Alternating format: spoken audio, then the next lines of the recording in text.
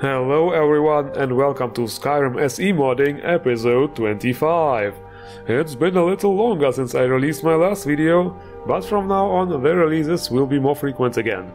As I explained in my last special video, check it out to know more. You know, I always thought of Skyrim as a work of art, and the modders, artists who expand its beauty in different ways, adding their own brushstrokes to the whole picture.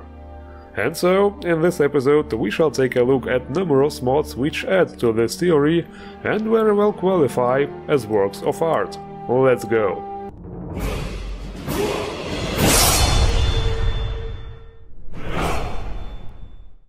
And we are starting this episode with a mod which involves a tree. Yes, true, there are already lots of trees in Skyrim, but here comes a tree unlike the others. A very special tree, Deco tree by Katarina. It can be found near the graveyard of Valkyries. So what's so special about it, you ask?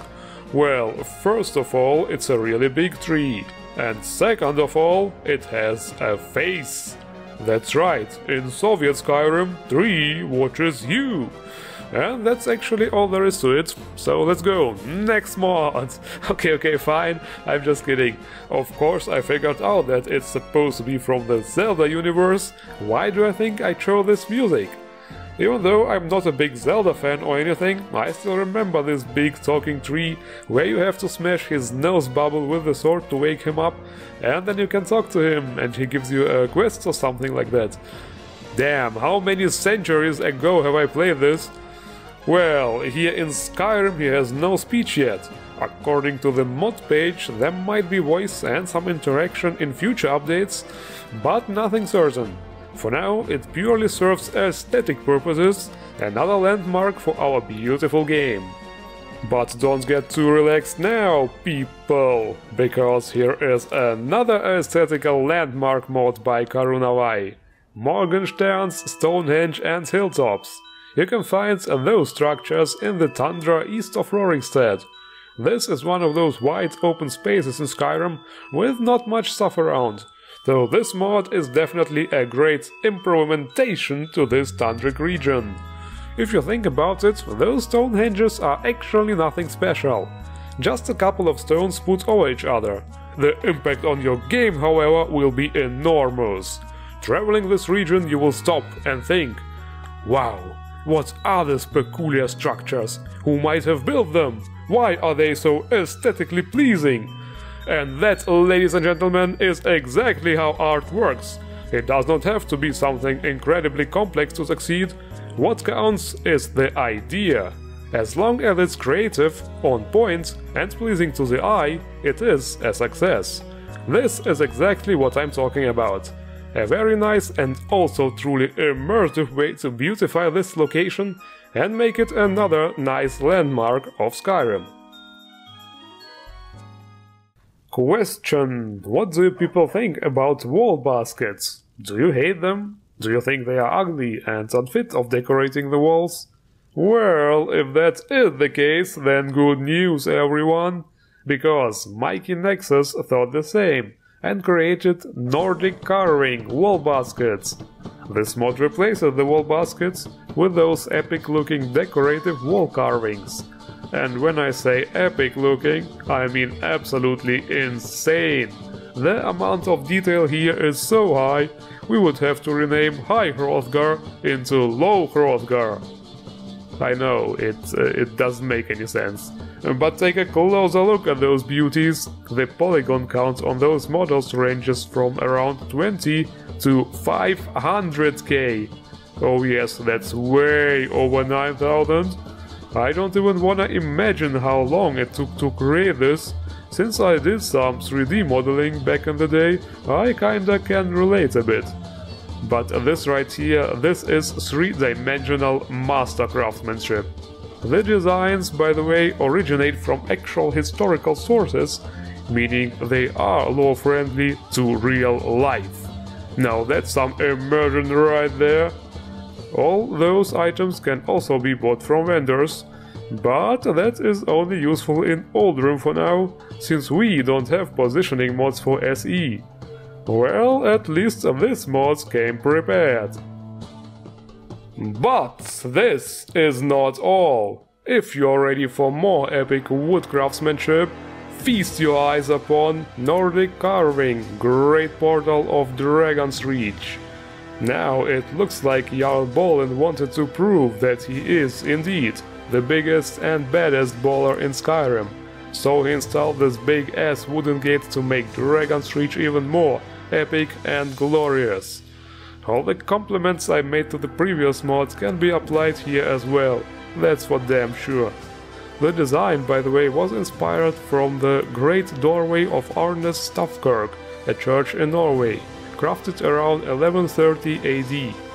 For this mod there are also some nice alternative textures available, like the Dragonsreach pine, which is supposed to blend to the rest of the wood in Dragonsreach. It didn't happen in my game, however, since I'm using the noble Skyrim textures. And there is also a really dark mahogany texture available, and much more. It doesn't really matter which one you choose, one way or another, this remains a true work of art.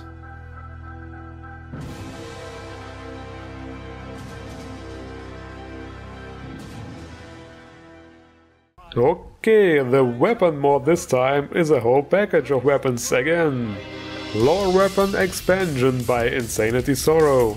In case you're having a déjà vu seeing this, don't worry, there already has been an Insanity Sero weapons pack reviewed back in episode 17. This one, however, is released by Insanity Sero themselves, and the contents are slightly different. Some items may actually overlap, but look slightly different, which is probably due to the fact that I'm using a different TNB now. It's really hard to say.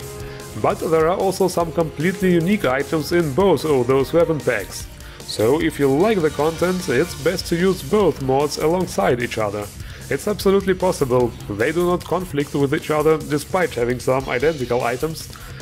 So, obviously the weapons are all absolutely lore friendly again, because they are based on items from previous Elder Scrolls games. You will see weapons from familiar categories like iron, steel or dwemer. There are however also some unique weapons, which are based on rumors and legends alone, like for example the Teldryn Crescent or the relics of the Crusader. Well, pretty much everything I said in the other review applies here as well. All the weapons are nicely crafted and fit into the game seamlessly. Definitely another great addition to Skyrim's weaponry.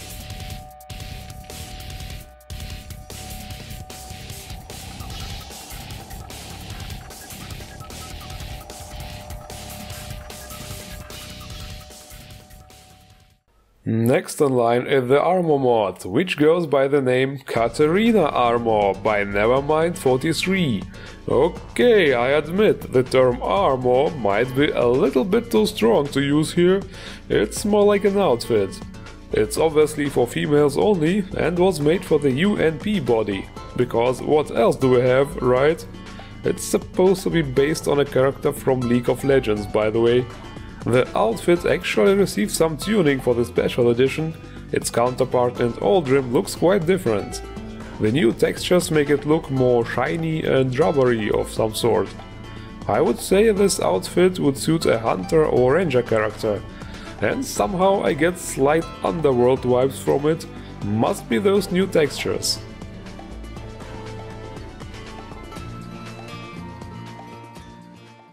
Next we're going to look at a player home mod, Mammoth Manor by Lupus, located on the western shore of Lake Ilinalta. This is a medium-sized player home with a mammoth theme. To be able to move in, however, you will first need to clean out the uninvited guests and loot the key from the previous owner, Melchior the Mammoth Slayer, who wasn't so lucky. The interiors of the house is well decorated. It's one of those player homes where you barely have any place to put your own decorations. Of course, all the basic stuff like crafting stations, display racks, mannequins and so on can be found here. And of course, lots of mammoth skulls as decorations to keep up the theme. There is also another small house by the river, which is actually a sauna. The cool thing about it is there are absolutely no loading doors for this one. Now there are also some scripting highlights here and there. For example, once you sit down on the bench, the door will close automatically and the clothes of your character will also be removed. Another highlight is that all the outdoor lights are off during the day and will be turned on during the night automatically. All in all, a really nice player home.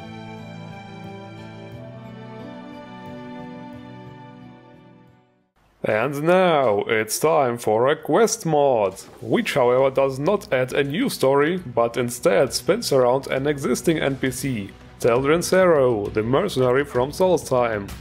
Teldryn Serious, a quest about Teldryn Sero, by Ondriel.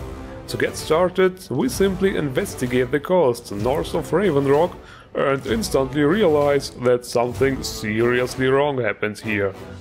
On one of the bodies we find a note telling us that something was about to go down in the Retching Niche, and this is where we get some information. Are you joking? You should bring this information to Captain Veleth as soon as possible. The quest is fully voiced, but the dialogues are made out of vanilla lines. Anyway, continuing to investigate and following the leads, we finally find that Ramado guy who seems to know more about the whole thing. You really don't know anything about this, do you? And what are you doing here? And this is where the actual problems start. We do get Ramado to hand us the instructions he received, which clarifies things up a little bit, but unfortunately the quest just refused to update at this point. I tried reading the note several times, I tried waiting a few days, tried reloading a save and doing it again, tried dropping the note from the inventory and picking it up again, tried spawning the same note again and again just to read it. Literally nothing helped. The quest just seemed bugged at this point. There were people reporting the same issue on the mod page, so at least I'm not alone. So unfortunately this is it for this week's episode. As always, links to all mods can be found in the description below. Don't forget to endorse the modders if you're going to use any of them. And if you enjoyed my video, hit the like button and subscribe for more Skyrim action every week. I thank you all for watching and see you around!